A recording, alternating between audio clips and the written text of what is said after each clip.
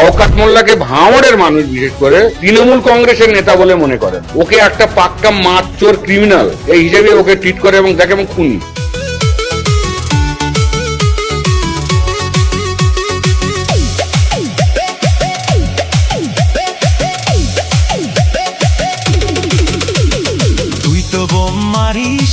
আর bomb বাঁধিস তোলাবাজির টাকা নিয়ে মধুর হাঁড়ি চেটে ভোটে হেরে ধর্ণা দেবে কালীঘাটের গেটে।